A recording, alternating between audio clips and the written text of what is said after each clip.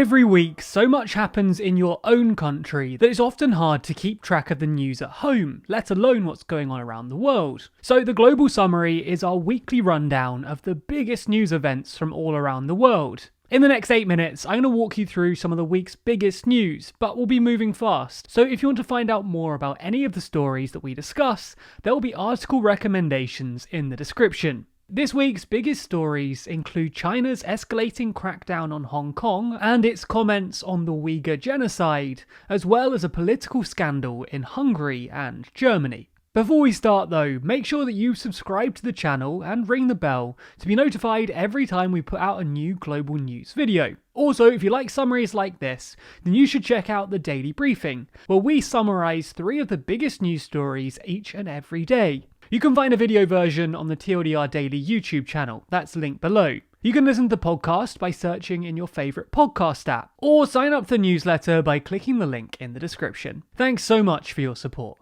Last week, we told you about the court cases being started against democracy protesters in Hong Kong. These cases included major figures in the protest movement against China's increasing control over the region, and saw those in the dock accused of a variety of charges. As a result of these lawsuits, 47 people were charged with allegations including conspiracy to commit subversion by plotting to overthrow Hong Kong's government. These charges, levelled against protest leaders, have only sparked more protests though. Democracy protests have been suppressed in the last year due to COVID restrictions, but the day after the court's verdict, hundreds gathered outside the court, holding banners demanding the release of these political prisoners. This weekend, China's foreign minister held his annual news conference where he spoke on a number of issues, including Hong Kong, where he remarked that the changes to the electoral system were both constitutional and justified, going on to insist that changes would bring a brighter future to the city. Another notable element of the press conference was how the minister talked about allegations surrounding the treatment of Uighur Muslims in Xinjiang. For those of you who aren't aware of this topic, I really recommend the video we put out on the issue, which is linked in the description. Essentially though, it's being claimed that China is committing genocide against Uighur Muslims in the country's northwestern province, separating children from their families, forcibly sterilising Uighur women, and imprisoning Muslims in re-education camps, where myriad human rights abuses have been reported.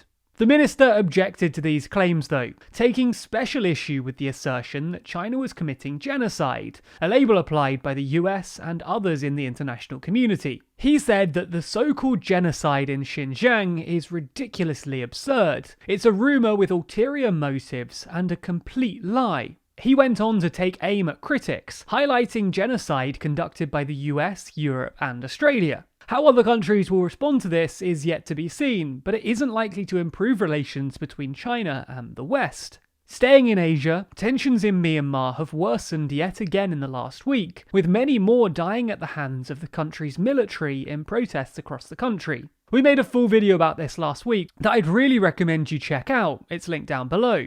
But with protests continuing, the military seems to be getting increasingly impatient with protesters, with forces increasing pressure and violence. It seems that this same hostile attitude may have led to the death of an official from Aung San Suu Kyi's party.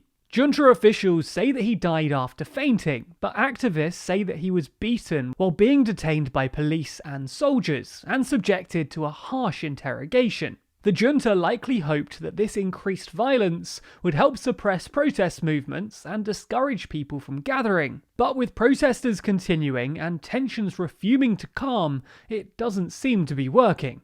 In Hungary, Viktor Orban withdrew his party from the European People's Party in the European Parliament. This came after the EPP voted to approve measures which would make it easier to remove countries from the Union who broke rule of law conditions. This obviously wasn't popular with Orban, whose increasingly radical actions could potentially see his own country being expelled. However, even without Fidesz, the centre-right EPP continues to be the largest party in the European Parliament, holding 175 of 705 available seats, with big members like Germany's CDU, Spain's People's Party, and Poland's Civic Platform helping to bolster their membership. Speaking of the CDU, the party has been rocked by scandals this week after it emerged that at least 2 MPs had personally benefited from the government's PPE procurement, one of whom was the deputy leader of the CDU-CSU parliamentary group. This is a particularly challenging time for these revelations to emerge, with 2 important regional elections scheduled for Sunday. And with these elections being touted as a major test for the CDU's new leader, it's not a great time for such a scandal to emerge. Switzerland, a country famed for its direct democracy, held a major referendum this weekend, which saw the country vote to ban face coverings such as the BURQA and the niqab. The result was very tight, but this decision means that the proposal, put forward by the Swiss People's Party, backed by slogans such as Stop Extremism, was successful. The proposal didn't explicitly mention Islam, but it was widely recognised in the country and the media as a burqa ban. Burqas and face coverings have been a contentious issue across Europe in recent years, but it sees the country follow France, the Netherlands, Denmark, Austria and Bulgaria, all of whom have some sort of ban on face coverings. Let's turn to Africa for our final 2 stories. After the eruption of major protests in Senegal, the country's mediator has remarked that the nation is on the verge of an apocalypse. This might sound alarmist, but the country has been in a very difficult position after the country's opposition leader, Ousmane Sonko, was arrested. He appeared in court on Friday on charges of disrupting public order, but supporters alleged that this is a politically motivated arrest. Since then, protests have erupted, resulting in the death of at least 5 people. Sonko was popular with young people and was viewed by many as the only legitimate opposition to the country's president, leading many to worry that the situation, if unchecked, could erupt yet further. Finally, Sunday saw huge explosions rock Equatorial Guinea's largest city, Bata. At the time of writing, we don't yet know the cause, although it's not expected to be an attack. 300 people are said to have been injured in the blast, with at least 20 additional deaths. As a result, officials have desperately requested blood from citizens in order to help with treatments. Our thoughts are with those affected, and we have to hope that better news will come from the country very soon.